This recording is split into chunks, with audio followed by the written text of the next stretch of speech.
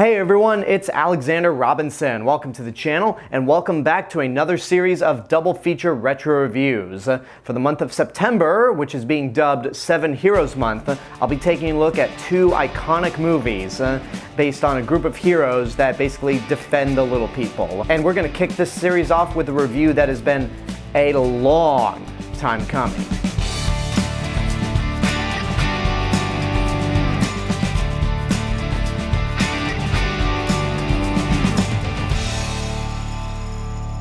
This is my retro review for Seven Samurai, which came out 70 years ago in 1954, directed by the legendary Akira Kurosawa.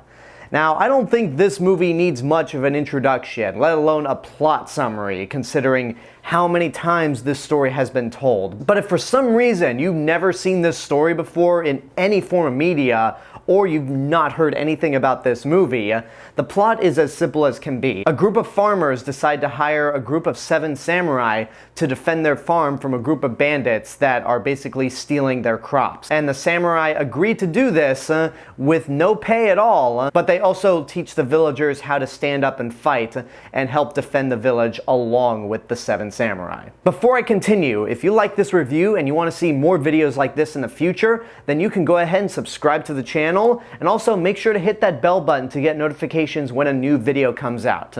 Anyway, let's continue with the review. This is undoubtedly one of the most iconic movies ever made. Everyone on planet Earth has seen this story. If it's not through 7 Samurai, then they have seen it in some other form of media, whether it be A Bug's Life, The Magnificent Seven, an episode of The Clone Wars, an episode of The Mandalorian. This story has been done many times over. And there is a good reason for that, because the original 7 Samurai from Akira Kurosawa is truly one of the greatest films ever made. I know the first time I saw this movie was on DVD with my dad. When I saw it, I'm not exactly sure. I think it may have been when I was 13 or 14. I know by this point I had seen the original Godzilla in Japanese for the first time. So going from that 70-year-old masterpiece to this one was a smooth transition. And while I really loved it, it didn't really stick out. There was a lot of it that was just more of a blur, because I was basically invested in the experience of watching 7 Samurai. And I had seen clips of this movie several times over, and like I said, there have been several movies and TV shows that have done this plotline. But then last month, I actually saw this movie in a movie theater. It was a 4K restoration provided by Toho, and I saw it at Vidiots. And it was like watching this for the very first time all over again. And seeing it in a theater, it made me love this movie that much more. It landed at number 82 on my top 100 favorite movies list, and it might be a little higher. I'm not exactly sure. All I know is that this is an amazing movie, and there are so many elements that make this a true masterpiece in every sense of the word. First of all, it's a very simple story, which is why it's been remade several times over.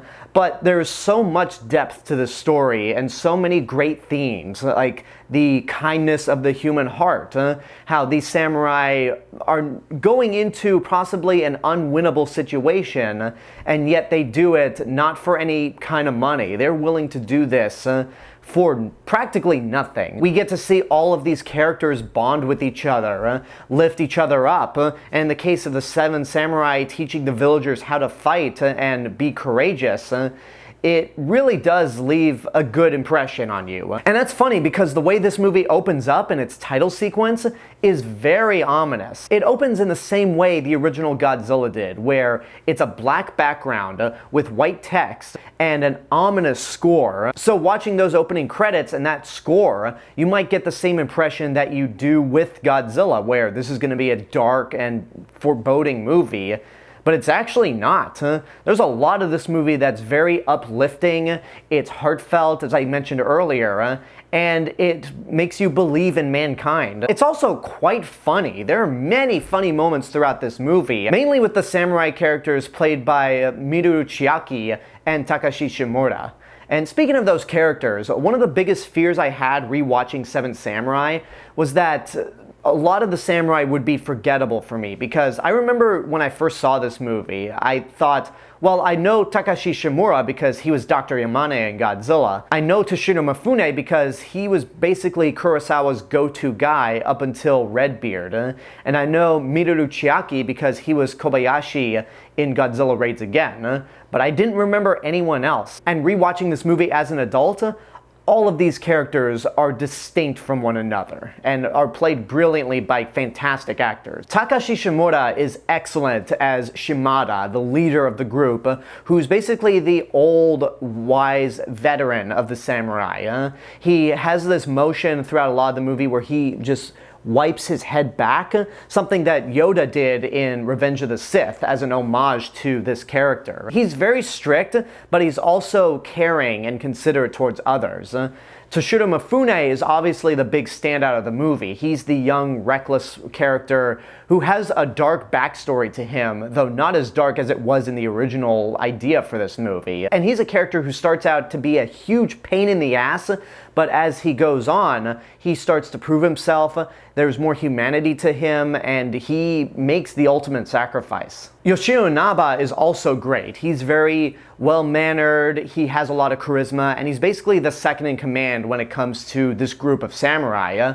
Minoru Chiaki is more of the everyday man. He brings a lot of the heart to the film and basically calms everyone's nerves when faced with very stressful situations, which makes it all the more tragic that he's the first samurai to die, and that happens just before the big final battle. Daisuke Katō is also really good, and when rewatching this movie, I realized, wait a minute, that's the Weasley brother of one of the gang members from Kurosawa's Yojimbo years later. Seiji Miyaguchi as this expert swordsman has a lot of charisma and some fantastic sequences, one of which he just travels into the woods on his own to steal a gun from one of the bandits, and he's probably the coolest character of the seven. And finally there's Isao Kimura, who is the youngest of the group, and the one who wants to try to prove himself. He's also really good, and there's a really heartfelt plotline with him where he falls for the daughter of one of the villagers, which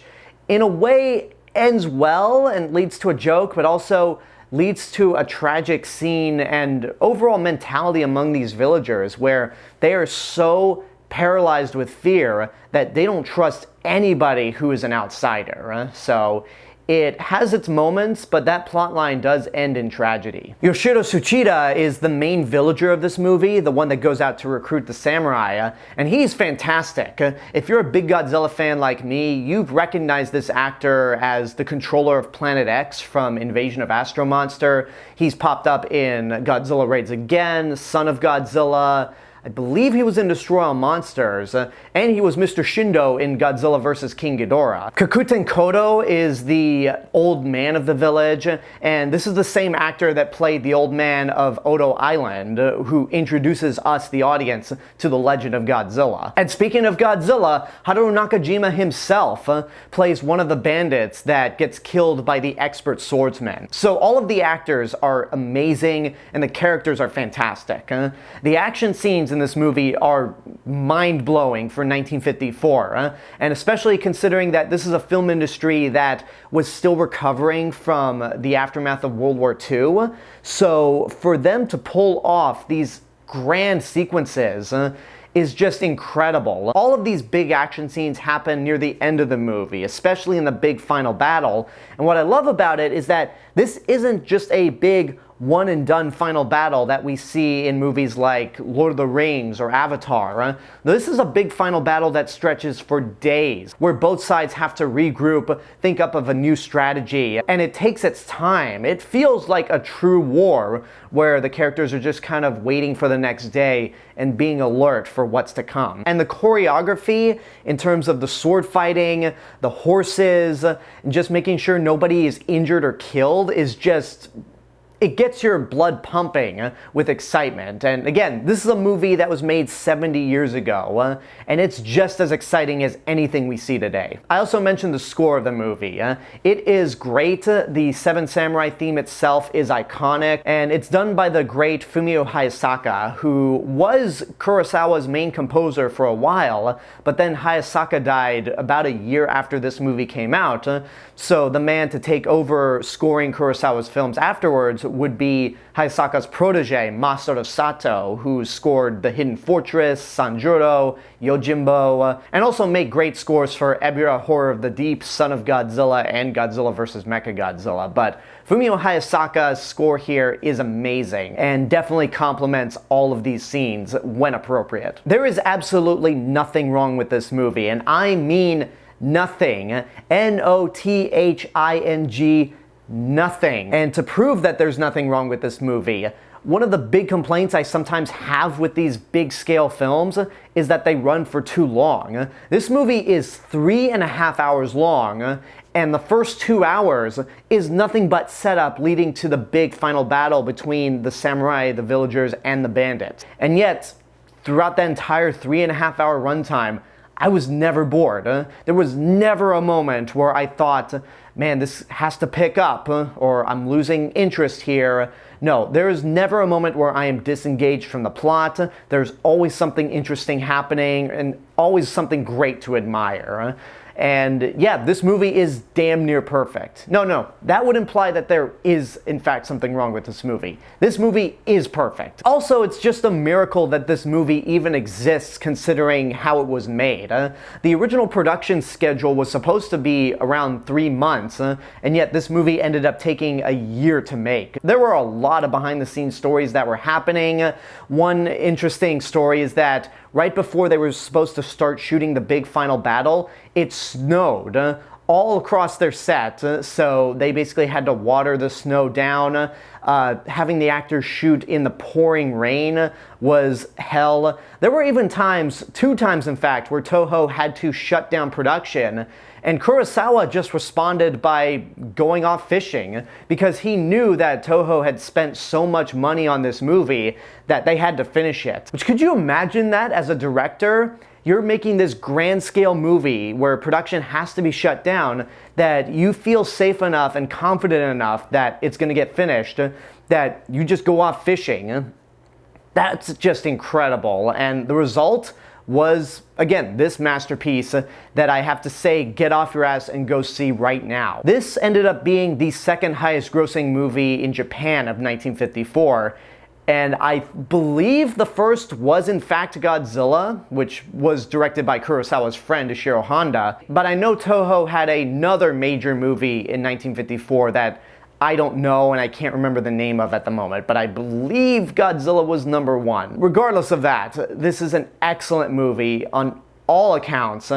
You really cannot go in your life without seeing this. Even if you're not a big film buff, it's simple enough and entertaining enough that you'll love it. Trust me on that. And there you go. That's my review for Seven Samurai. I hope you enjoyed it.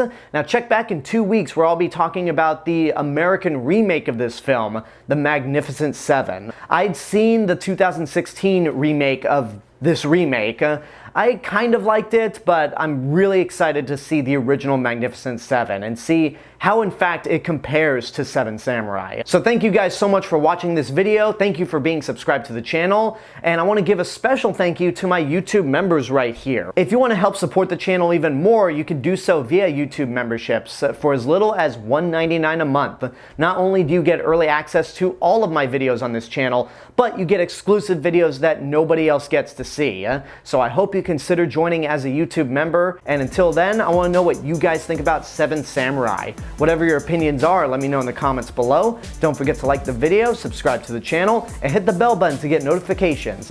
If you want to find me elsewhere on the internet, you can find me on Facebook, Instagram, Letterboxd, Threads, and my theme park and travel channel right here on YouTube. I'll see you guys in the next video, but until then, have a good day and take care of yourselves.